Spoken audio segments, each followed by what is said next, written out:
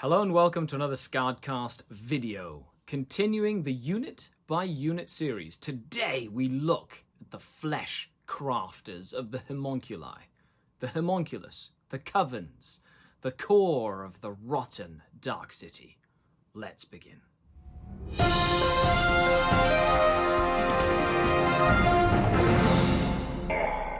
The Dark City. Hello and welcome everyone to another unit-by-unit video. I'm Skari, your grateful host, and this is a series that I'm doing reading the lore and the rules of each unit in the Drukhari Codex, unit by unit.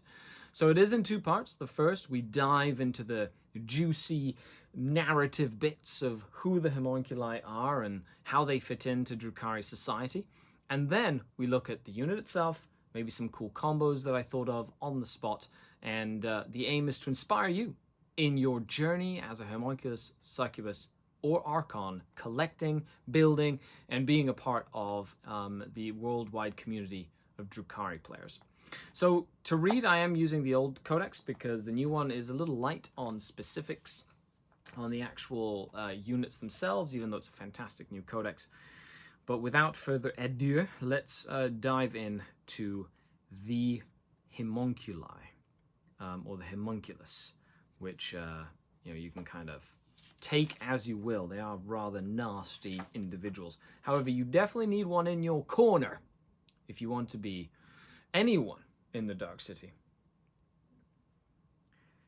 Ancient and horrific, the Haemonculi are deranged flesh sculptors that dwell in the bowels of Comora.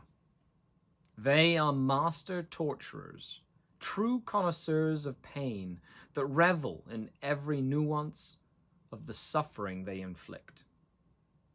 To while away the centuries, they craft long symphonies of agony from those unfortunates held captive in their oblituates and dungeons.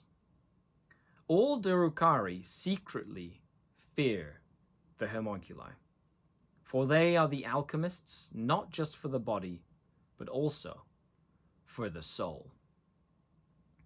The covens of the Haemonculi are integral to the survival of Comorite society due to their mastery of regenerative practices. Yet they remain objects of terror and suspicion. All know that to earn the ire of the Lords of Pain is to end up on the slab oneself. Haemonculi specialize in body modification and alteration, and they delight in getting their claws into fresh, new subjects. A client may desire barbed quills upon their shoulders, the scaled face of a snake, or to have their eyes replaced by those of a Vidrian wraith spider. No request is too bizarre for these inhuman surgeons. The Haemonculi are only too willing to show off their skills with scalpel and hypersteroid, teeth barred in glee all the while. Though they take great pride in their creations of flesh, each Haemonculus draws even more pleasure from the pain they inflict through their work. For their purposes, suffering is the fire that allows them to mold their subjects' psyches into new and twisted shapes. And the Haemonculi know full well how to delay the death that would ordinarily culminate from such extreme levels of pain. It is possible that amongst the elder Haemonculi are those who initiated the very first cults of pleasure and pain, yet each Haemonculus has altered themselves so drastically that they no longer resemble those they mockingly call their people. Despite their peculiar modifications, Haemonculi are always attenuated and twisted. Their sparse alabaster flames have not an ounce of fat upon them. Quite unlike those of their more wild creations, and their whippish waists are devoid of internal organs to to better present a fashionably disturbing appearance. Some homunculi harbor their viscera, lungs, and heart in a muscled hunk of meat that sprouts from their shoulders, a rich repository for stimulants and elixirs that often boasts secondary limbs of its own. Others replace their blood so that searing ichor or even acid flows through their modified veins. Their spines are elongated and extended. From the lower back, their vertebrae meld into whipping prehensile bone tails that curl around the throats of their prey. From the upper backs sprout antler-like protrusions of many bony matter that often frame the homunculus head, hung with peculiar syringes and drug dispensers that channel directly into their spinal sump. Being functionally immortal, the homunculi feel no need for the undignified rushing of younger Drukhari. They move with an ethereal grace, sometimes held aloft by powerful suspensor crystals, sometimes slithering along on elongated spine tails. Unhurried and patient, they know that to grant a truly interesting death takes time. Over the millennia, their tastes have become increasingly exotic. A homunculus might dine only on the left hands of his victims, or sup with the withered lips from a fluted grass full of tears. Having transcended common notions of wealth, they prize unusual ingredients for their alchemical elixirs. The heart of an Arbite's judge, distilled into a few drops of liquid, may yield a striking flavor of pure resolve, whereas the essence of a once proud planetary governor gives a tang of vainglory that thrills on their black, pointed tongues. In battle, the sinister homunculi orchestrate the carnage around them with the passion of an artist. They drift across the landscape with a macabre elegance, gifting those too slow to escape with one unimaginably painful death after another. The war gear they use is taken straight from their oubliettes. Pardon my pronunciation of said word. And is capable of causing uncontrollable growths with a single touch, or desiccating their foes in an instant. Other homunculi carry even more esoteric weapons, such as the Crucible of Malediction, a receptacle filled with the essence of tortured psychers. Should a homunculus die, they do so with a leering grin etched upon their face, for they will soon be back to seek an inventive revenge. And there we have it, the homunculi. The homunculus coven, the HQs of the homunculi. They are quite cool. They're like just mad flesh crafters. They're essentially immortal. They don't die. And they reflect that quite well in game. And, for you keen of eye, you might have seen that my homunculus here has a whip, which isn't technically allowed in the book anymore. However, I'm using it as his flesh gauntlet, because it is magnetized though, so you can easily take it off and put it on again as we go. And then some older 3rd edition ones that are pewter. They don't make those anymore. So I'm showing off right now as to how old I am. So let's dive in. The homunculus is power level 4, so he's one of the more expensive in terms of power level. He is 80 points, but he comes with 80 points with all of his gear. He can't change his gear. He's just a very stock standard 80 points for your list, which is, for what you get, quite excellent. He has a 7-inch movement, slow for a Drukhari. He has weapon skill and ballistic skill 2. He does have strength and toughness 4. Sorry, he has strength 3 and toughness 4. He has 6 wounds, which is higher than the Archon and the Succubus. 4 attacks, which is lower than both. However, he does have a weapon that adds attacks, which is kind of cool. Leadership of 8, so decent leadership, and a 6-up armor save.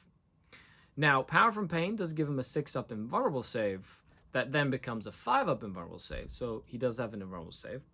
And he has a couple of cool pieces of gear and abilities. So he is armed with a Stinger pistol. It's a 12-inch pistol, which is poison 2+. So it'll wound anything that's not a vehicle on a 2+, anything that's not Titanic on a 2+. It's 1 shot and damage 1. That's it. It's just like a piddly little pistol. Nothing crazy.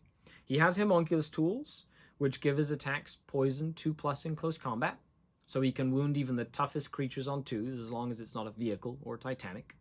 However, it has 0 AP unless his Blade Artist rule kicks in, and then it's AP 1 on a 6 to wound.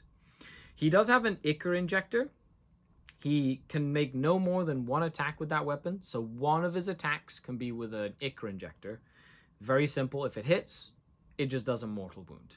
I actually really like that mechanic. Just 1 mortal wound, but a lot of the times, you know, if you're facing like a tough monster or a tough creature, and this is against vehicles and like characters and infantry and beasts as anything, you just hit, it just does a mortal wound.